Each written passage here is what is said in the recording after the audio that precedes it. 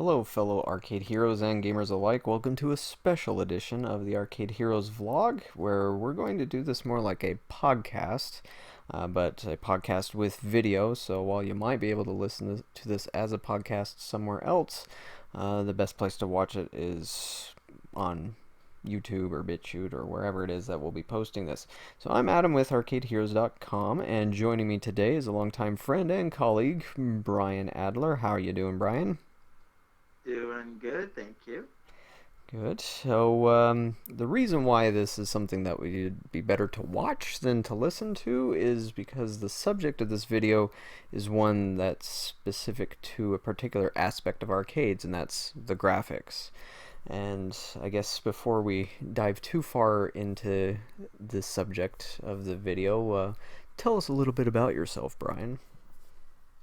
All right. I'm Brian. I also go under the name Oswald. Who knows? I tend to use that name. That's Arcade fine. High Scores or AEA. I have a pretty long history of arcades, going all the way back from when I was like 3 years old. My mom and dad definitely not shy about interest in arcade games, and typically I was given a pretty nice handful of quarters to go spend on the arcade games, and I've just been Nice. doing that for so long. Yeah, so long that now it's just really become a part of my life. Like just arcades in general, I'm fascinated by. I'm a big retro gamer, so any of those type of like retro cades and stuff that the old Star Wars Vector Machine or Marvel Madness or something like that. I'm all over the. I love. Sure. And you've dabbled with art and music production in the past too, haven't you? I have, yeah. I used to write music back in the early 2000s. I did actually complete a soundtrack to a video game that fortunately did not get finished. A scrolling space shooter game called BioStar. Me and a friend of mine, Matt, we both wrote the soundtrack to that game. Mm-hmm. Yeah, our one programmer kind of gave up after the first stage, so that Oh, didn't that really sucks. work out. Yeah. Gotcha. Gotcha.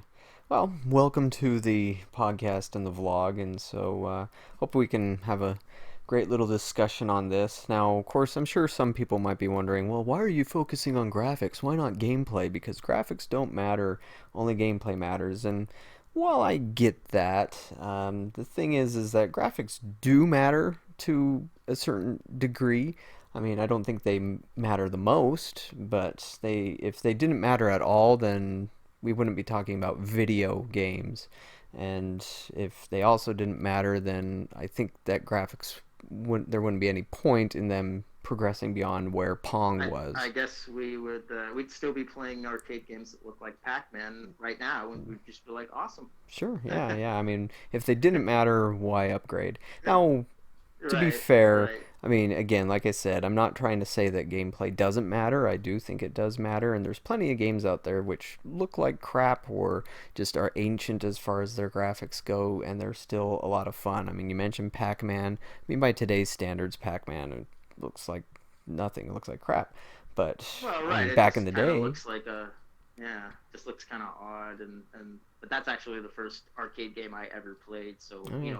being like 3 years old and laying my eyes on that at time was amazing.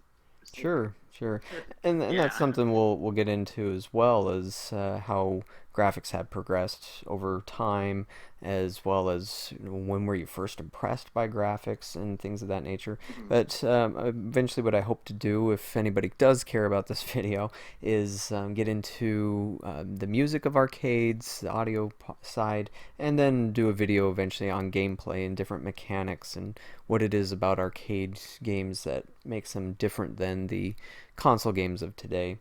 But we'll start off with graphics since that's easier and prettier to look at. Now, of course, arcades used to be known as the pinnacle of graphics out there. That's where all the R&D money went. That's where all of the experimentation was.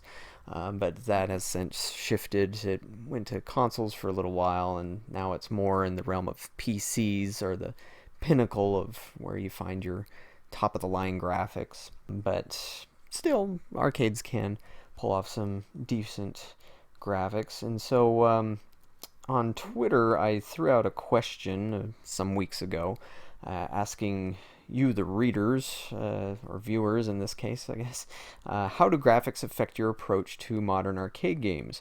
Are you more or somewhat less prone to seek out a game if it's presented with cutting edge or AAA quality graphics? Now, on that, the uh, poll had 73 votes on Twitter where people said that it would somewhat affect how they approach it, and that won at 38%. There was a barely affect option that had, I think, was second place.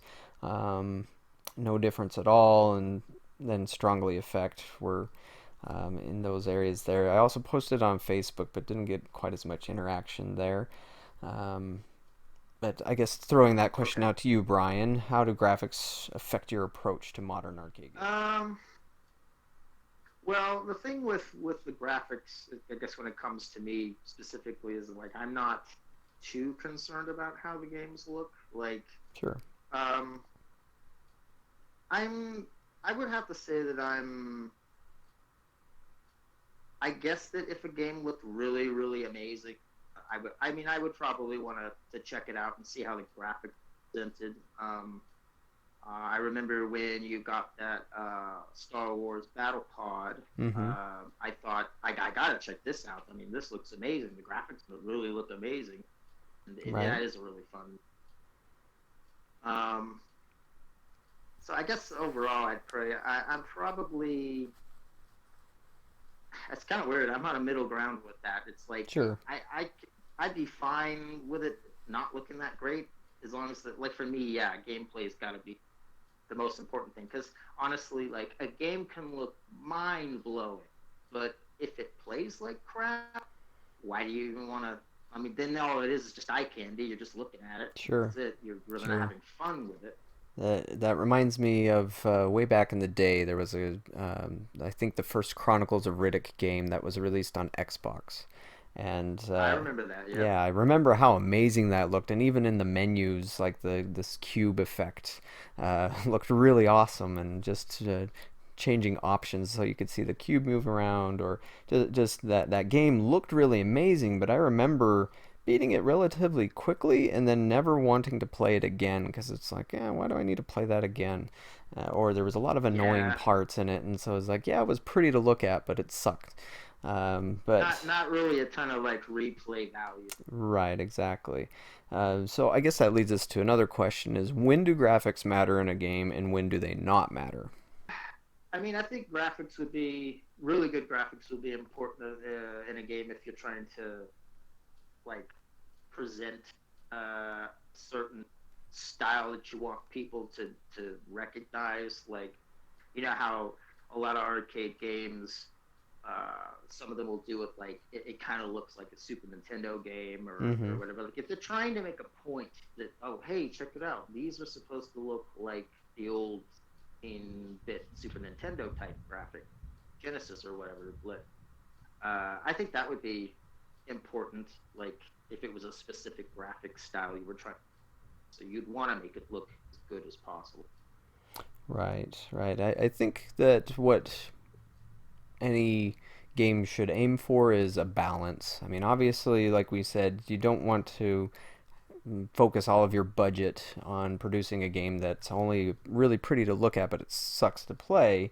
But on the same hand, you if you're capable or you have the budget of making something look good, but you make it look like crap, maybe that's intentional, or maybe you Right. don't, then I mean, because sometimes I think it can get in the way. Like if the graphics are really bad, and it's like that they could have done better than this, then sometimes that trips it up, or it can affect the gameplay in certain ways. Like if it's a frame rate problem, like I know there's been some games out there which have some they can be really fun, but sometimes the frame rate gets in the way. Like it makes the controls feel sluggish, or you're just like, oh, why couldn't they, It in put more like time if you into make an fixing arcade that? game that looks like really really good, it it stresses out the hardware and makes the game just Right, and I you know. mean, and I appreciate that when it's like when I see somebody or see a game that looks amazing, then I appreciate that more because it's like they obviously put a lot of resources into this, and then of course if it plays well, I mean that's the thing is nobody's ever going to complain if a game plays well and it looks amazing. Isn't it the tank game that you have at your arcade? Now, the name escapes me, but I Allied remember they Tank did some Attack. sort of a yes, they did a patch right to update the graphics and kind of smooth it out. Yes, yes, actually, yeah, that would be a good example. Like the game wasn't perfect by any means, but it had a lot of frame rate issues. It looked like they were reusing the old Elder Scrolls Oblivion engine, funny enough, Yeah, it did. It really did. but yeah, just they had to. I sent them some suggestions after I tested the game out for a while, and they threw in a new graphics card, threw in a DVI cable instead of a VGA, and overall it really did help. It made it so that it wasn't as well, I don't know if it would be correct to say annoying to play. I mean, it was annoying when you'd be playing it and it would suddenly fall from 30 frames a second down to 15. And so after they patched it, it was always a Right. solid 30. And so you didn't have that issue anymore. And so, yeah, it can affect it. I guess it's more common on Chinese or Taiwanese games these days than it is the Japanese and American made games. Or although I guess I could say there have been instances on American-made games like by Global VR where they Oh yeah, once or yeah. twice had some issues in that regard as well. Mainly, again, due with frame rate. Sometimes you can have a game that really has high fidelity graphics, like really good textures, really good particle effects, nice resolution, but if the frame rate isn't there, then it ruins everything. And That really does. Yeah, like a lot of people just kind of, especially today, they're like, oh, it has got to be 60 frames per second or nothing.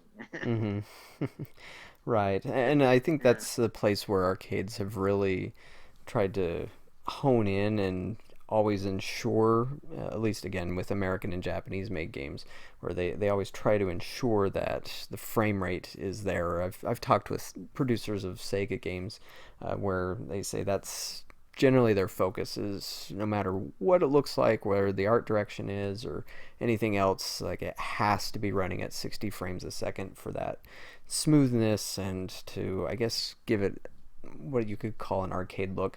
Because, I mean, there are console games out there which might be all over the place or locked in at 30 or locked Well, in at right. 60. It And with depends. like fighting games, basically, like especially with like arcade fighting games, Mm-hmm. Right. there's timing involved in that, and so like if there's any break in the frames or anything, that's basically breaking whatever move you were trying to do. Right. So you definitely have to have it constant there. Right, right. That and rhythm games, like on Yep. games Yep. to a degree as well. So that's always important. Now that could also lead us to the next question: is what makes graphics good? Graphics good. Yeah, Well, what makes them good? I mean, I like to think that my idea of what graphics would be good to me is just like little little details, shading, like uh, shadowing effects, stuff like that's kind of part of the why I'm so interested in the ray tracing stuff because Mm-hmm. that's all very technical lighting, Mm-hmm. shading kind of. I'm just saying. So if you're gonna like do it up all the way, I mean, yeah, you want to make sure that graphically all the lighting matches up. So because there's that whole thing with like you'll see an image that's been created in CG and doesn't look quite right to your eye. So Yeah. they want to try to get that to where it's like perfect. Everybody can tell what they're going for, and the graphics are like spot on, good frame rate. That stuff's all important. Right, right.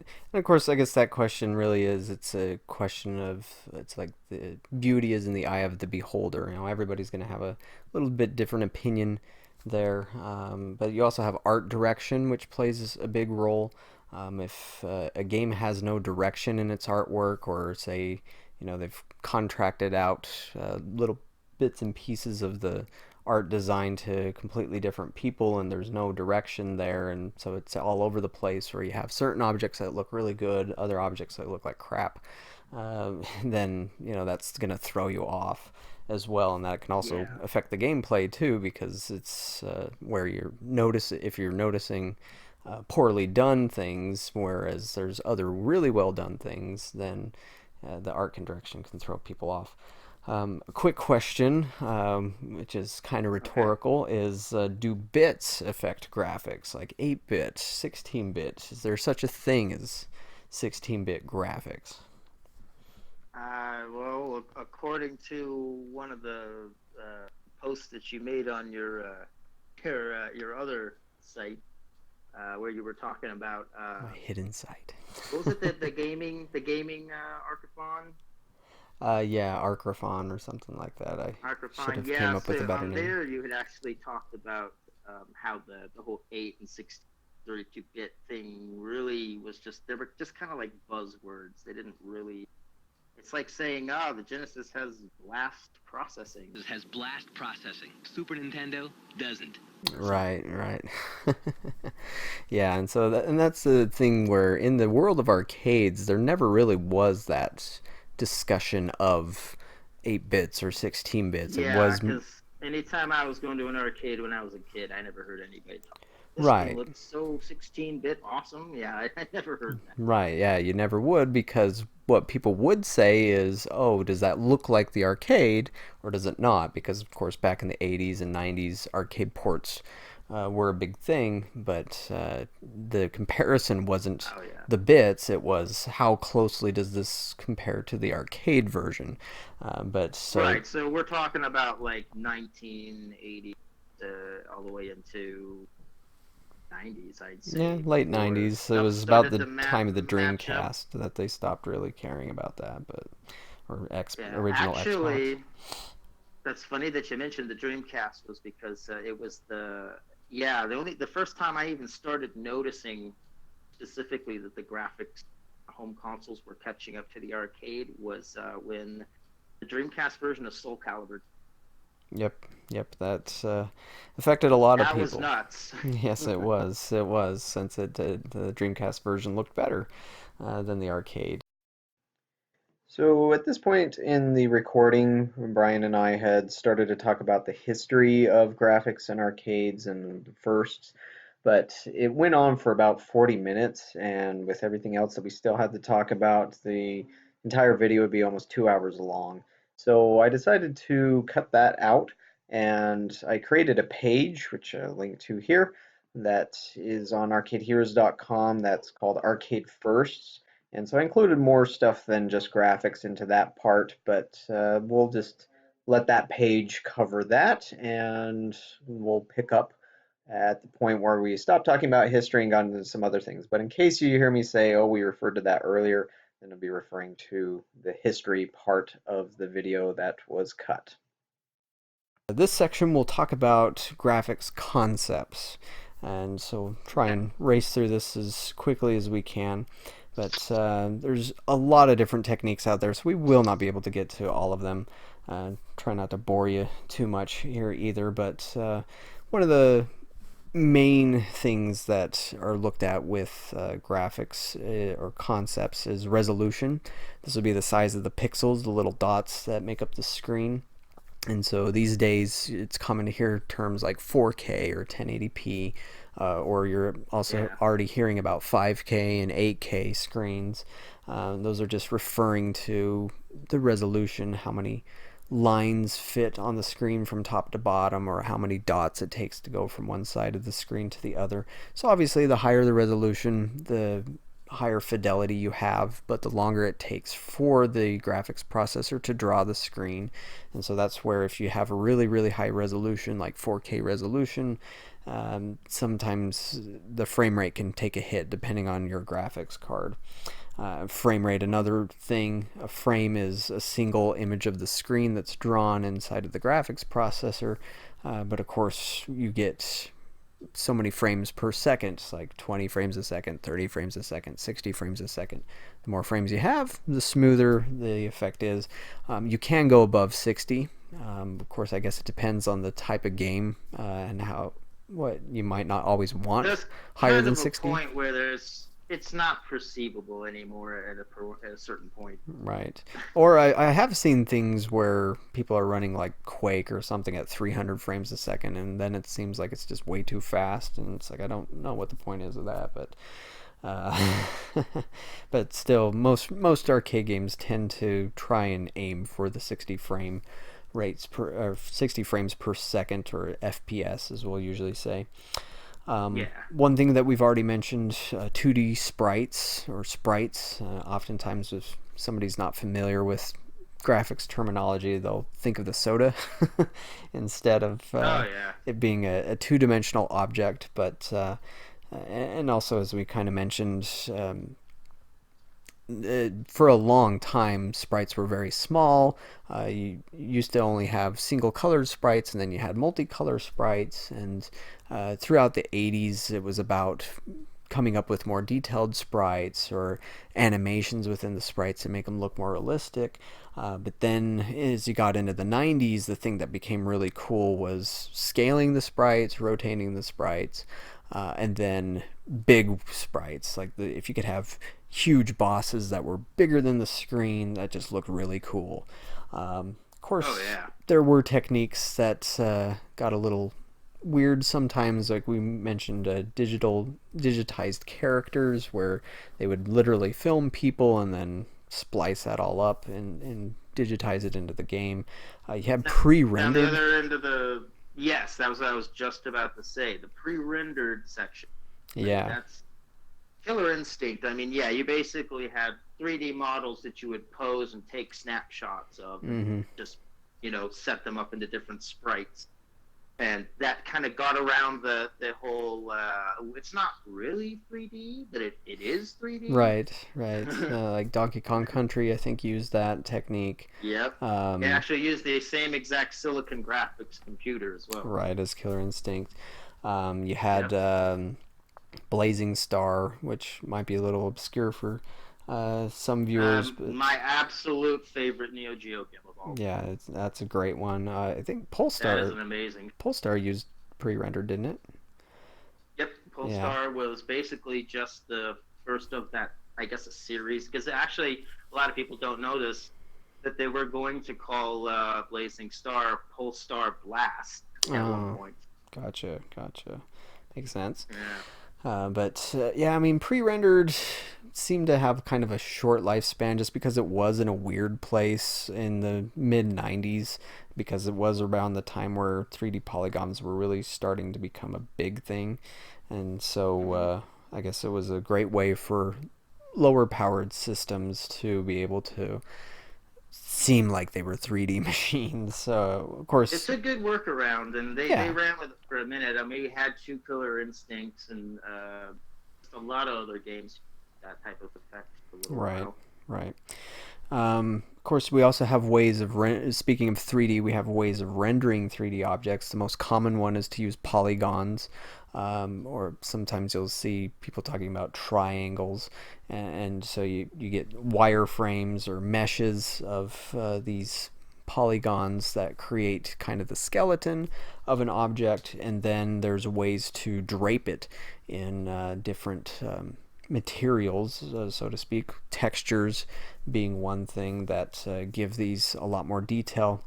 Now, with textures, there's tons of different ways of doing textures. There's different ways of doing filtering, like bilinear and trilinear filtering. There's normal maps, there's specular maps.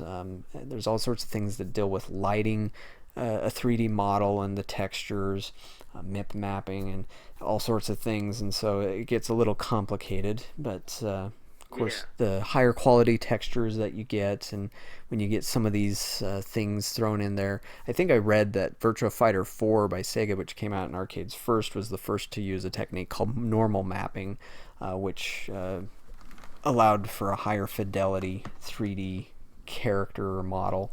But polygons are not the only way to render a 3D object. You have height maps, which have been used in some games, usually for creating terrain. You have voxels, which are 3D pixels, so instead of just X and Y, you have a Z, or Z as some will call it. And voxels have become more common in recent years, but I know some games in the 90s used them, like Duke Nukem and Shadow Warrior had some voxel objects in Yeah, them. and I'm like not too long ago I saw the arcade version of Crossy Road, and that's all voxels. Right, right.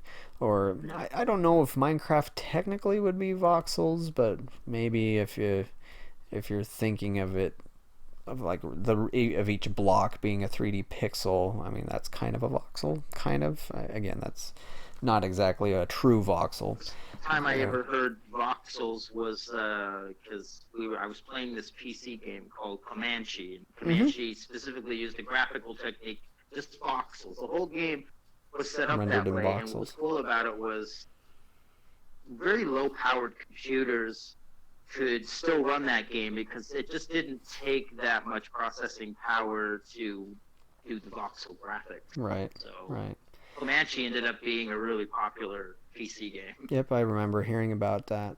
Of course, I guess it's a moot point as far as talking about arcades because I don't know of many arcade games that use voxels.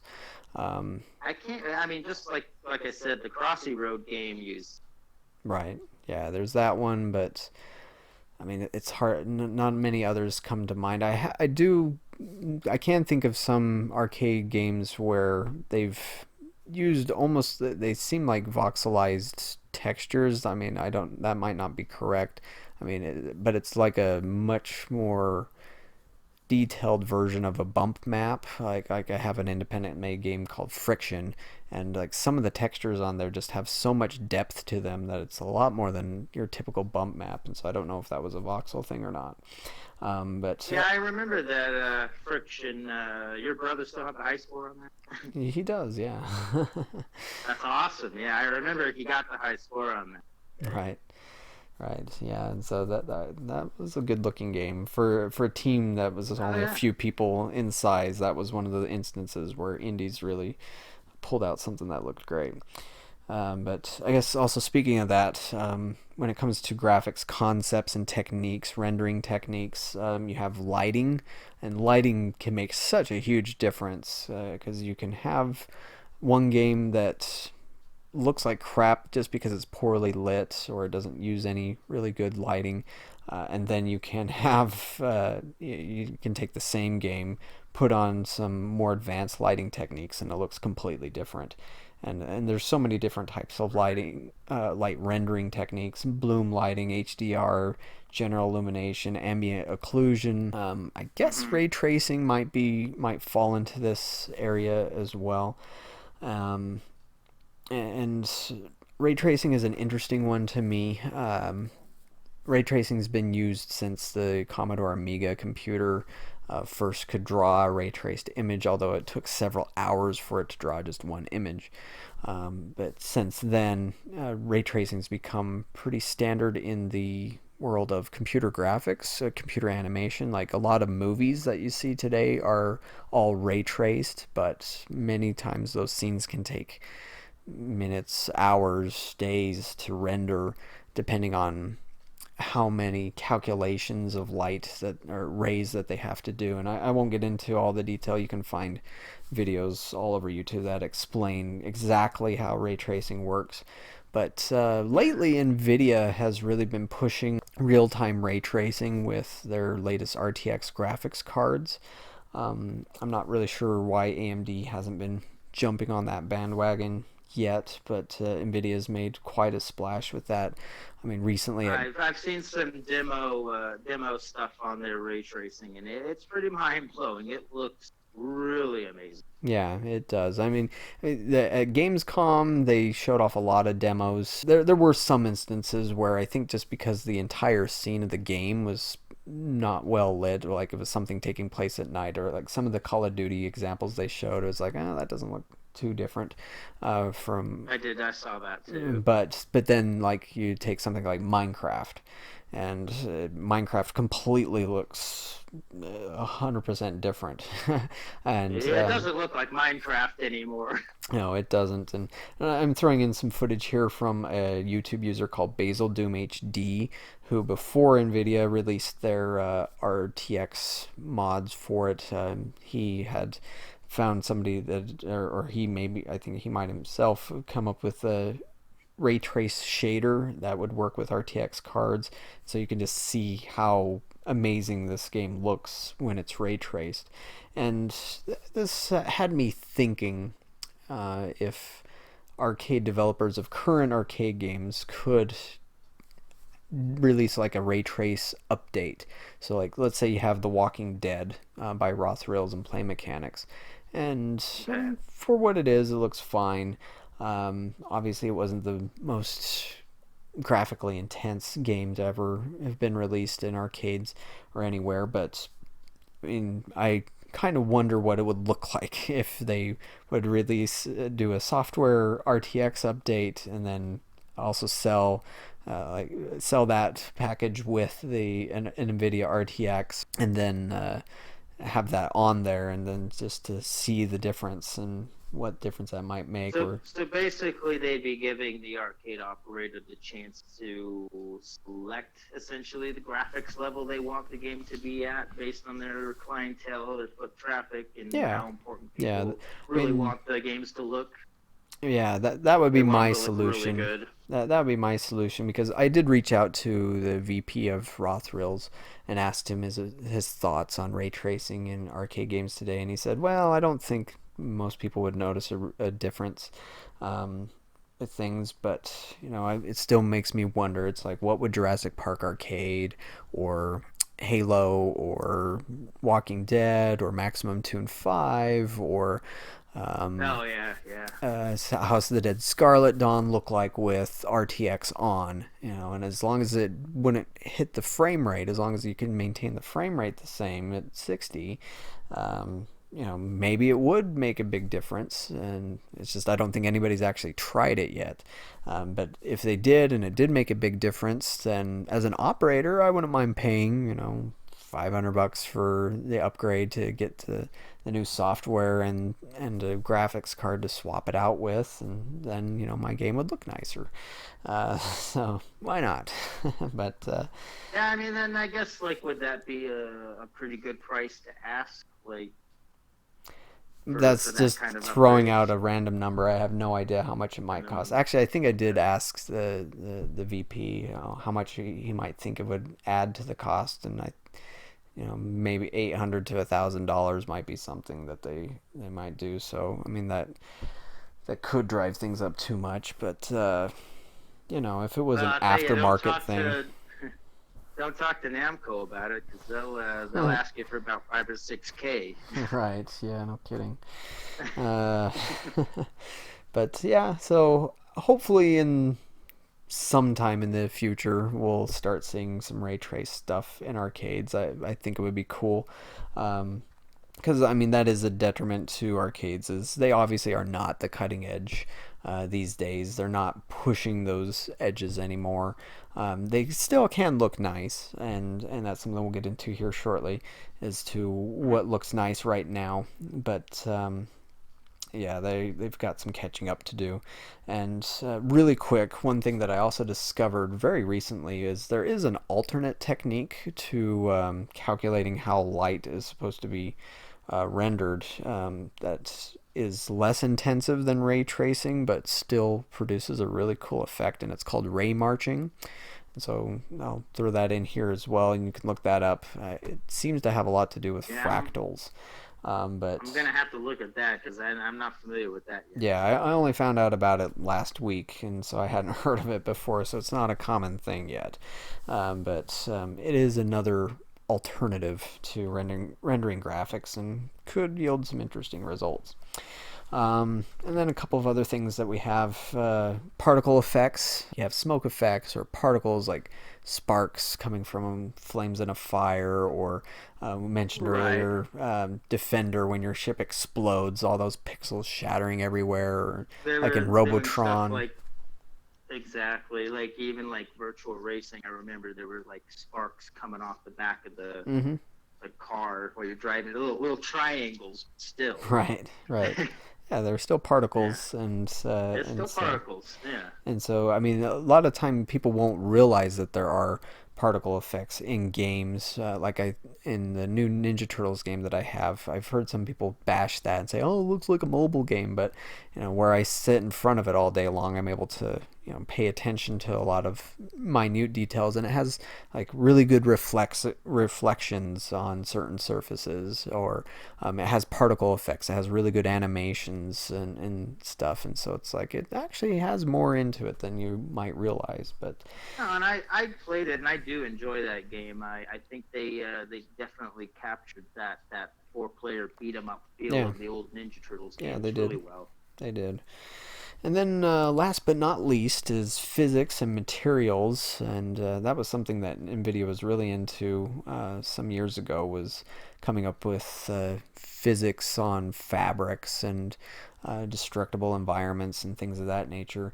And I did throw out a graphics poll on Twitter as well, asking what graphics technique you'd like to see more of in arcades.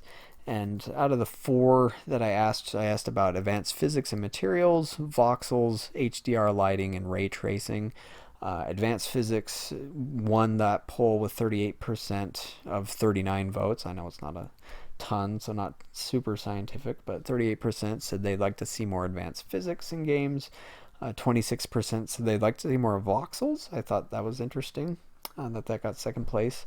HDR lighting, which, I mean, there are some really good effects with HDR. Like if you have an Xbox One X or a PS4 Pro, you can see some pretty impressive I stuff there. I'll be honest. For me, the HDR one's kind of a I could take or leave that.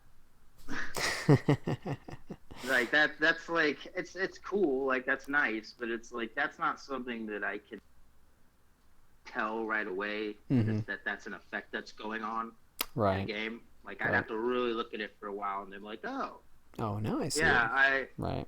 now I see it. But yeah, like I don't know. That one to me seems like it would be maybe the least important of them. Well, I think I could be wrong about this, so if somebody out there is still listening at this point, you can correct me if you know the correct answer. But I believe HDR, for the effect to fully work, the monitor also has to support it too. It does, and I know Mm-hmm. this because especially like games like on the Right. PS4, you got Gran Turismo Sport that has an HDR mode, but Mm-hmm. my TV doesn't support it at all, so I've never been able Gotcha. to Gotcha. look at it. Yeah. Gotcha. But I know before TV supported it, there was another, maybe less intensive, computationally intensive version of HDR lighting that's still worked. And then the one that got the last place on the poll, and so this might make the whole stuff I said about ray tracing moot, was ray tracing at 15%.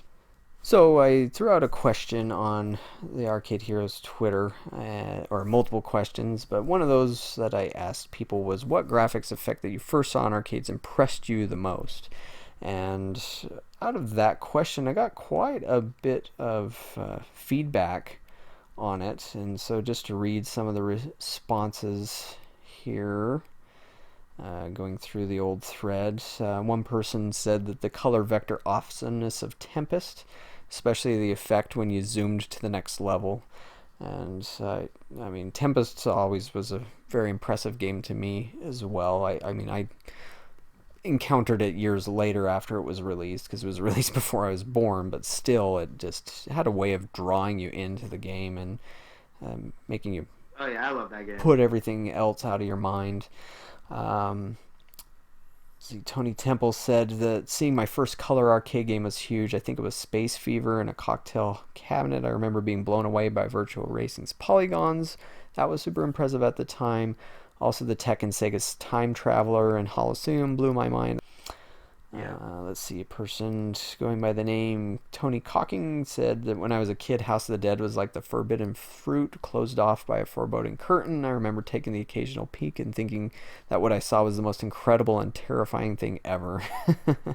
And I remember that too. I remember coming across House of the Dead for the first time and just the splatter of the zombies and everything, and just the way that the character models were designed was just unsettling in a way. Uh, and let's see. Kerbob said, first time I played OG Atari Star Wars and hearing use the Force Luke.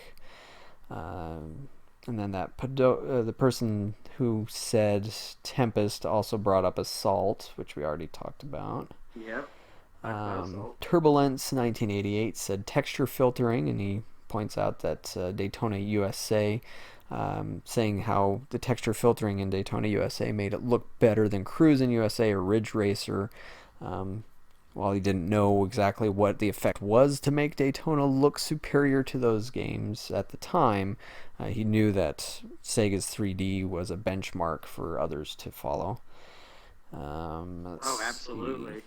Yeah, and I mean, because Sega, I mean, all these games, as far as I recall, they all had the frame rate nailed down, but then that's where the graphic fidelity changed. I mean, you had the art direction of what textures to use and all that, but then the texture filtering that Daytona used helped it stand out. Because, like, you look at Cruisin' and very grainy textures and all that, but yeah, there was a lot of Cruisin' used a lot of weird, like like the digitized effects they used in Mortal Kombat. Yep. It seemed like they were using that there too. Yeah, it did blend that, and they actually did that up to Cruisin' Blast. Every Cruisin' game has digitized actors in it to some degree. Okay. But and actually, oh yeah, that's something I should have mentioned in the history portion was Narc. Well, actually, no. Yeah. No, actually, sorry. Journey was the first time. Journey from 1983, which was a Midway game. Used a Ralph Baer invention of the digital camera, and that was the first time that some digitized sprites were able to be used. And then, of course, Narc took it many steps ahead of where Journey was. And I heard on the Journey acting. one that was they caught them in the backstage at the end of a show or something and took their pictures. Yep, that's the legend, and as far as I know, that's accurate. But they used a digital camera to digitize sprites. But of course, Midway really went to town. Eugene Jarvis went to town on that after Narc, and then of course, Mortal Kombat was probably the best known example of digitized sprites, and still used to some degree by raw thrills today. Narc is a good game. I think Narc was interesting, and it used a lot of those type of graphic techniques. Don't forget if you ever watched the Teenage Mutant Ninja Turtles, the old Teenage Mutant Ninja Turtles movie. There's a scene where they actually show that game being played in the foot layer. Yep, I remember that. I said that's Narc. Yep, that is. And I guess speaking of sprites, going back into this Twitter thread, DJ Tetsujin said, I always loved sprites, so I guess I liked a lot of things SNK did with its sprite work and scaling. No idea why, but the best I can recall outside of my intro to video games was the intro movie to Fatal Fury 3. It was the first time I remember graphics making me think, holy crap. And that's the thing, too. I mean, SNK... I mean, just what they did, that's one area where they really pushed the Neo Geo MVS to its limits, but that's also a place of where hiring really good artists made a big difference in how those games look. 'Cause, I mean, MVS games, I think so many of those still look fantastic today, and that's where 2D hand-drawn artwork, I think, still has an advantage in some regards to 3D polygons, at least early 3D polygons. Because you look at some 3D games from the 90s, and it's just like, oh man, this has not aged well.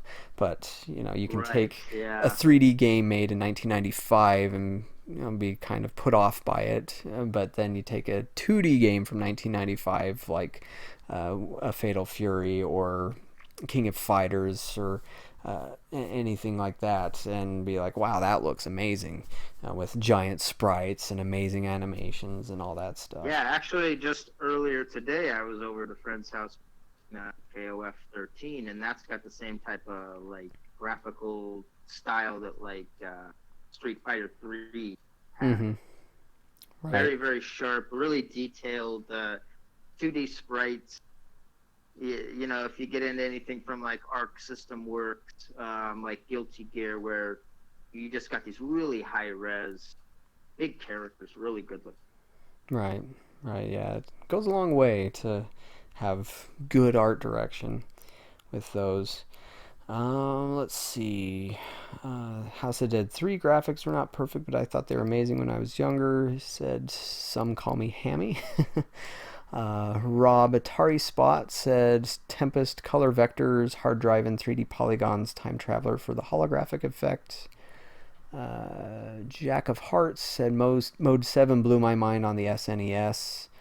Yeah. I guess that's actually what sold me on the SNES. I had to choose between a Genesis or a Super Nintendo, and I had Sonic the Hedgehog and I had Pilot Wings to go off of. And I was so impressed with Pilot Wings, I had to have the Super Nintendo. So Mode 7 overtook blast processing. Yes, sir. It certainly did. But I mean, I guess even though the answer wasn't arcade specific, there was the Nintendo Super System, which did have the SNES and F-Zero in arcades. It's not as well known as like the Play Choice, but that did exist, and Sega also did have the Genesis. I played that once in Las Vegas. They had one out there, and I got to try that out. It was a little weird with those oversized SNES controllers. Very awkward Super Nintendo controllers. I was like, what is this? Yeah.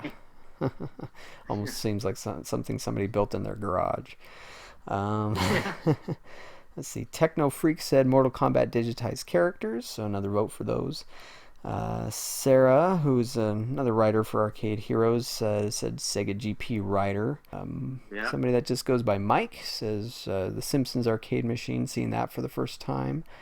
And he also... I think the reason why that one's probably really good is because they really nailed down the anime style. I mean, it really looked like Simpsons. It was great. Yeah. I mean, I remember seeing that too the first time, because I remember back then the Simpsons were huge, and there was all sorts of video games, and I remember playing some of the Simpsons games on the NES and the Game Boy and thinking kind of, but you saw the arcade version, it's like, holy crap, this is like playing the cartoon. You know, so almost like Konami nailed that down really, really well. They did, and I would say the Simpsons had better animation than TMNT did. Of course, it did come a little later, but they did a fantastic job there. Let's see. Barry Ellis says Asteroids Phosphor Trails, Galaxian Colorful Starfield Effect, Gorf Static Effect. Okay, I know what I means by that. Yeah, I kind of forgot about that affecting Gorf. Turbo Sprite Scaling, and then Astrom there we go. Belt and Star Rider Laserdisc use. Let's see, Tim Keeling saying your ship being blown up into hundreds of tiny particles when you lose a life in Defender. Love pixel shatter effects. I did like that. I think that was a lot of fun, just to die, just so I can see that. Right, yeah. DJ Pos2 exclamation point throws a vote in for Super Hang On when he was a kid, especially when you would crash and the bike would blow up, and also threw in a vote for Mortal Kombat back the first one. Let's see, Scotty Emeril Fuentes just said Battlezone, and Justin threw in a GIF of Killer Instinct. So throwing that same question to you. Yeah, you want to ask me about the graphics? Yeah, what impressed you the most? All right, well, I actually had that answer lined up for you. Good.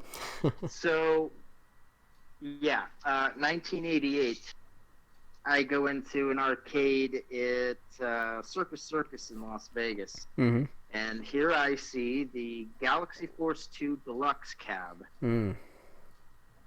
Now, I can't remember if it was 88 or 89. It was in the very late 80s. Somewhere around there. But, But yeah, that game actually really blew my mind. Like I couldn't believe how cool that game was. Like the sprite scaling effects on that. That was on the Y board, and just and then coupled with the moving platform that would spin around and tilt and stuff. Mm-hmm. That just really was cool. Like the level of like scaling that game did, just insane. Like going through tunnels, and there was like a lava stage with fire coming out, and Yeah. you're like flying through the clouds and stuff, and everything just looked really good. Ran at a solid frame rate, and every time I would get a chance to play a port of it at home, it wouldn't even be nearly as cool. Not even close. Right. And it took a long time for it to get to that point. I think it got to the point where, like, I think first version of that game that actually somewhat matched the quality of the arcade version, I think came out on like Saturn. Yeah, Uh, I can't remember. Or yeah, and but that's mine. Galaxy Force was definitely the one that got me the most because I wasn't really sure how to like. I was looking at that gameplay and just thinking I can't believe it in 1988. mm-hmm. Like we've gotten it to look this good already. I thought it couldn't get any better than that. I thought we'd hit the level, the highest level. Right. That was it. You know. But Right. little did I know. Yep. Yep. And that's of course where nostalgia is easy to hit you when you come across that again. But yeah, I mean Oh yeah. it's kind of fun to think back at those times when the games would do things like that. For me, it was like the first time I was really impressed was the first time I ever visited an arcade, and that would have been coming across discs of Tron, and like in my disjointed memories, because I was probably only like 6 years old, maybe 7, at the time, and so I cannot remember most of the time that I spent in the arcade, but I can remember just being mesmerized by Discs of Tron and that effect and just how everything looked, and it was just so amazing to me. And of course, Yeah, and incidentally, that also uses that holographic style effect. yeah, yep, it does, and Yeah. so that got me. But I also, for a long time, was also very impressed with vector games, especially color vector games like Major Havoc or Tempest and titles like that. But I just Yeah, loved Major the Havoc's effect. actually my favorite vector game. I love Major Havoc. Yeah, that one's an excellent one. So, let's see. Let's move on to other questions and other sections here. I just But want to bring one thing up about the vector games, sure. though. So you're gonna find it a lot harder to see a vector game using the legitimate vector graphics monitors. They don't, because here's the thing I've been noticing recently. A lot of arcades, it's just like the retrocades, will get these vector games in, but I've been noticing that they're not using vector monitors anymore. They've managed to convert them to run on raster displays. Mm-hmm. On LCDs. Eh, yeah, or yeah, or just like it definitely something that's not a vector monitor. Mm-hmm. It causes problems because I mean you don't have the sharpness of the lines anymore. Everything looks really fuzzy. You kind of lose some of the glamour of it, you know, not having that monitor. Oh, I think the main thing you lose is the intensity of the beams, because Oh yeah, it's way less. I came across a Star Trek strategic operations simulator. This was 1982. Would have used a color vector monitor, but they definitely converted it over to an LCD. And I guess at first I was like, "Oh, this looks interesting. Something's a little different." I didn't notice it quite at first, but as I played, then it's like, "Oh wait, I'm not seeing those really bright, like especially dots. Any dots that would Right. flash. I mean, it would just be like pointing a laser into the screen, or just that Yeah, I remember glow over like the lines." shooting the bullet. Yeah, shoot a bullet in asteroids, and that one bullet that ship Mm-hmm. shoots is just so intense and bright as it trails across the screen. Yeah, yeah, absolutely. Yeah. And I always love that effect. I love that effect from early Atari games where a lot of the screens they didn't really have backgrounds, so they'd just be black, and so anytime a bright object would be on Mm-hmm. the screen, even on a regular TV, it would just cause this unique glow to it, or you would see the light trail follow behind it, and just something that just isn't properly simulated with modern displays or emulators, things of that Oh yeah, and nature. another great thing is if you get the high score on asteroids and it stays there for a long time, it'll be permanently immortalized into the screen. Yep, screen burn. Hooray for screen burn. Yep. And now we'll go into modern arcades. And I mean, almost all modern arcades at this point use uh, desktop computers inside of them. It's very rare for you to find something where some companies developed their own hardware like Sega used to do, or pretty much every company used to design their own computer and graphics chip, or Yeah. combine a weird CPU with a weird graphics chip and come up with their own circuit board to tie it all together. So that's really rare these days. So most of the games are using an NVIDIA graphics card or maybe an AMD, and a lot of the operating systems are Linux based. Still, you'll once in a while you'll find. Yeah, I think I saw when you were booting up Max Tune 5, that had the Linux. Yep. Yeah. Yep. Which Yep. I was surprised by, because most Japanese developers are the ones that still use Windows embedded. And so that was the first time I had seen Namco move away from Windows and actually use Linux. And so that was interesting. But before we move on to the modern part, I asked another question on Twitter, another poll on Twitter, where I said, "What do you feel is the most important when it comes to the graphics of modern games?" And it's kind of along the same lines as that last poll we asked, but it was frame rate won at 44%. That was the most important aspect of graphics to the voters. Art direction was second place at 36%. Resolution and lighting quality were tied at 10% each.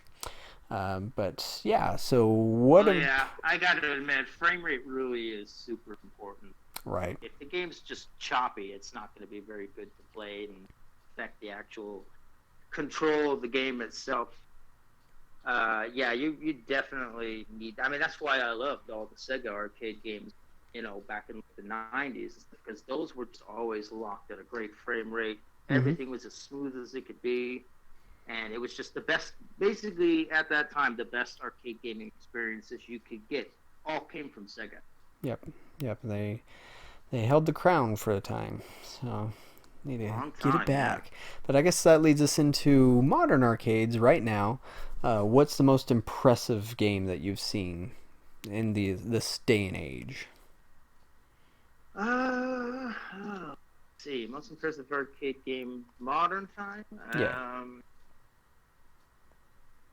You might have to cut this graphically. part out because I gotta think for a second. Okay, well, while you think, I'll throw out mine, which I would give the edge. To me, it's between House of the Dead: Scarlet Dawn and Halo Fireteam Raven, but personally, I do have to give the edge slightly to Scarlet Dawn, and I think part of it is the art direction, but also the lighting engine that they use there. I mean, Halo does still look fantastic. It's in 4K, whereas in Scarlet Dawn's in Oh yeah, 1080p.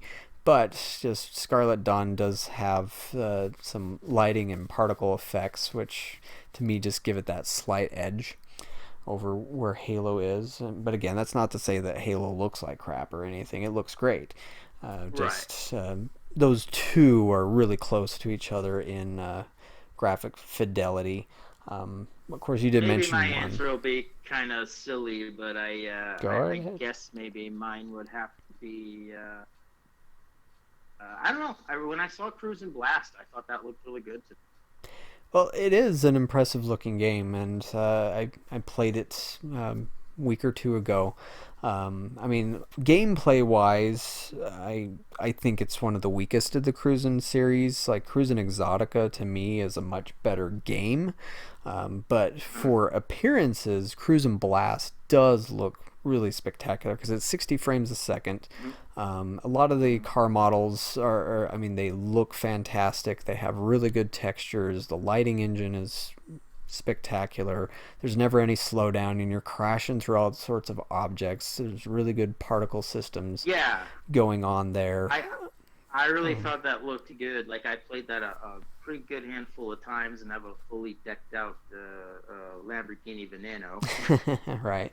But yeah, that game I think was because I looked at that and I thought, this is very comparable to a lot of like what we're playing on console Yeah. stuff. Like it looks really good. I enjoy that. Yeah, I mean it does, and I mean I would also have to. I pretty sure it uses some pretty good anti-aliasing, because that's one thing. Like the one complaint I have about Maximum Tune 5, which was released in 2017, is it doesn't have any anti-aliasing at all, so you can see the jaggies all over Yeah, it everything. did, and I mean honestly, yeah, I noticed that too. I mean Right. that didn't detract from the gameplay experience. No, In this fact, is I one of think those that's things becoming that, one of my favorite games in your arcade. yeah, I mean, like that's the thing to me, is it's like Cruisin' Blast, one of the best looking games that I have at my arcade, and it's one of the best looking games out there. But for me, the gameplay's really lacking. It's really shallow, not as good as Exotica, as I mentioned. And then, of course, Maximum Tune 5, absolutely fantastic game. So deep, so much to it. You can put But hours and hours into yeah, that. you can. I have. You can. But obviously it's not quite as good on the graphics fidelity scale as Cruisin' is, not as vibrant color. I mean, that's one place where Cruisin's able to excel, as well as the color is just really good. I think on that one, on Maximum 5, they were kind of trying to get down that more like gritty, Yeah. real type Yeah. look to it. Right, and Yeah, it's fine. I that's an mean, it excellent doesn't game. detract from me. I still enjoy the game tremendously, and so that's one of those instances where gameplay easily rules over graphics. I guess it just would have been nice if they would have had a graphics card that could have handled some anti-aliasing with keep maintaining the 60 you gotta frames. remember, But you're also talking to a guy that absolutely loves Darius Burst, another Chronicle to death, and that game also doesn't have aliasing at all. yeah, I mean, and that's one of those. Darius is one where it gets a pass more on using the cabinet in a way that other games don't. But I mean, you look at the background objects, like some of the textures are kind of meh. Some of the 3D objects don't have a lot of polygons to them, and it's like you can tell this was upscaled from a PlayStation Vita game in certain instances, and so it's like, oh, And I think they kind of made that game on a smaller budget. But, yeah, I yeah. mean, what That- they were that able to shows. do with it was great. And that's another game that like Darius Burst and another Chronicles, another game you hours and hours and hours. Right, right. So another one to bring up great. in a gameplay video in the future. All right. So for the last graphics poll question that we threw out onto Twitter was, what type of alternate display technology would you like to see more of in arcades? And so I had 4 options on this one. Volumetric holographic, ultra wide screens, dome projection, or LED billboard. Volumetric holographic won that poll, only 29 votes on it though, with 41%, ultra wide screens in second place at 31%, dome projection at 17%, and then LED billboard at 10%. And of course, I would put my vote on the dome projection, only because of the sad story of the Namco Orbs cabinet. right. Which was yes, once upon a time there was going to be a sequel to Starblade, and then that got canned. But Yep. that used the same type of display technology, or nearly the same type of display technology as Star Wars Battlefront. Yep. The Gundam pods, as they're known in Japan, Mock Storm, and Star Wars Battle Pod, all were based off of the or branched from the Orbs project, and so I guess only I think they showed off one time at a show in 2001, like once ever, and then that. right. Yep. Yeah. That's all it was. But yeah, most people want to see true holographic displays, which makes sense. It's just there is one out there right now called the Voxon 3D. It looks really cool, but the problem is it's very small. It's very expensive. I think it's somewhere around $9,000. I could be wrong on that. That's one developer told me it was around that price range, which is just way too high for a standard arcade machine, where the machines themselves on average are around $7,000-8,000 for the entire thing. Um, Yeah, that's the kind of the problem with that. Is, yes, that would be a very awesome technology to display in arcades. It's just that I think that costs a lot. yeah, when it comes down, it will change everything. Just because I think that's one of those places where it's like that's not something you really are going to get on your phone. It's not something you're really going to get on your TV at home. I mean, I am aware there is a phone out there, I forget what it's called, that claims to have a holographic display. Um, Yeah, I think it was the red hydrogen. that's it. Yeah, that's it. But of course, it's like $1,000 phone or more, and of course, it's from a Right. brand name that nobody's ever heard of. You know, it's not Apple, it's not Samsung, so nobody cares. But but still, you know, it's like there is progress going in that direction, headed down that path, and you know, eventually, what everybody wants is to have the holodeck from Star Trek. But Yeah, they want that. Yeah. yeah, If it's gonna be like that in the future, then it'll just be like that scene in Star Trek 3, Search for Spock, where there's those two guys standing there playing the holographic biplanes flying right, around. Remember that? Yeah. right, yep, yep. There's your holographic tech right there. Right. I always thought that was funny because it's like wasn't as detailed as the holographic table in Star Wars, but it was like vector games, Yeah, it was like which it were was like they were playing Red Baron or right, something. Yeah. exactly, like Red Baron meets Space Wars. Um, Yep. but yeah, so you know, maybe one day something like that. So or other. I mean, I think mixed reality has a lot of potential there. I mean, right now in the industry, there's all sorts of talk about VR, virtual reality. But I think, I mean, personally, I'd like to see more investments take place in augmented reality and mixed reality. Mixed reality would be projection mapping, or holograms. You know, blending digital objects with uh, physical objects, and augmented reality is kind of along those See, lines too. and I don't know how well VR is doing in the arcades. It's hard to say. I mean, there's things put out by The Game different Grid Arcade, companies. just a couple doors down from the VR place. That I don't know how much business they're getting down there, but I hope they're doing okay because I don't know how many people No, consider going to the mall to play VR. they're still in business. So I mean, They're there's there, that. I okay. don't know what their numbers are like. Um, but I've also noticed I haven't heard about a lot of new VR arcades, so to speak, opening up out there. I mean, for a while there was quite a few opening, but No, what was that one that's in Utah? The Void. yes, there is the Void, and they have been expanding. I mean, out of all of them I've heard of, that one's or that I've used, that's been the most impressive, the most immersive, because they have an I heard the actual Star maze. Wars one was pretty impressive. Yeah, yeah. So they've got that. They've got a really good thing going on with Disney right now. So it's looking like they'll still be around for a while. But Hmm. yeah, of That's course, good. with VR, that's also where you have to use really powerful machines, and the cost has to go up to be able to drive the video into those displays. But you use something like mixed reality or augmented reality, you don't need quite as much computational power to drive a stereoscopic 3D or anything like that. And so, Well, it's still all better than the '90s. Had what was it, virtuality? right, yep, I'm yep, sitting there things playing definitely improve. Dactyl Nightmare. Yeah. Oh man. Oh joy, yeah, that was quite the weird one. But Oh yeah, anyways, they wanted $10 for 5 minutes. right, yep.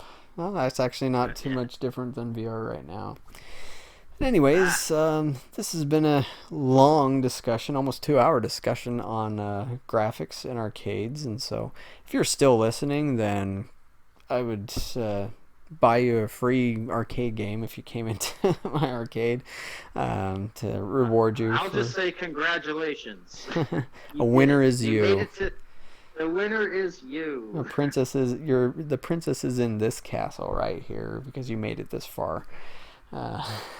No more ship left. That's right. A little Darius joke there. But yeah, we'll be back if you, the viewers and listeners, want it for discussion on audio and then eventually gameplay mechanics. But that's computer graphics in arcades. And so thanks again for watching. Stay tuned to arcadeheroes.com for more news.